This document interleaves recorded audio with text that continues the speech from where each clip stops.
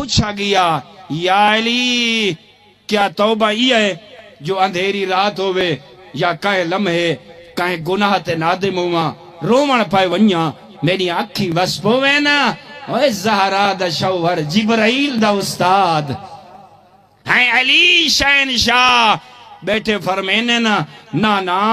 یہ رومن ہی بڑا ثواب ہے اللہ کو پسند ہے ہیں گناہ میں کل تائب تھین دے اللہ کو بڑا پسند ہے حسنین دا بابا بیٹھا فرمین دے توبہ تاں ہو سی جو چھی کام کرے سی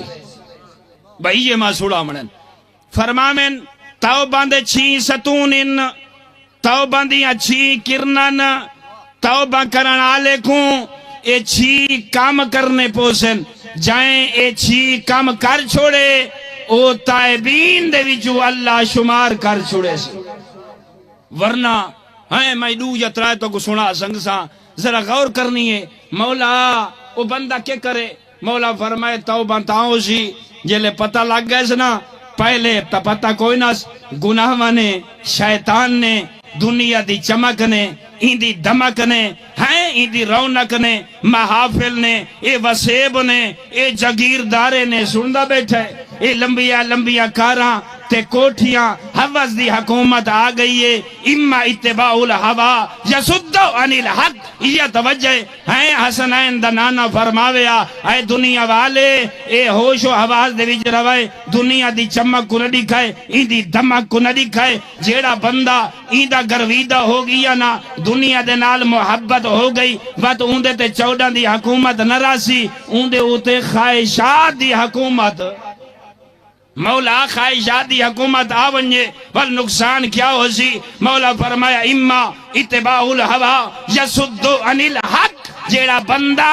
اپنے جسم تے خواہش دی حکومت رکھے سی علی دی حکومت اوندے وجود تے نہ ہو سی او حق کل دور ہو ویسی سندہ بیٹھے ہیں جیندہ ہوئے علی جیسا امام اوندے اوتے علی دی رہبریت ہو سی یا دنیا دی نا دیکھ کے فرمائنے جلے تے کو پتہ لگ گئے نا اللہ نے تے کو اتنے انعامات دیتن پوری دنیا دے وچوں اور تیرا دل اللہ نے چنے جین دے وچ 14 دی ولا پاتس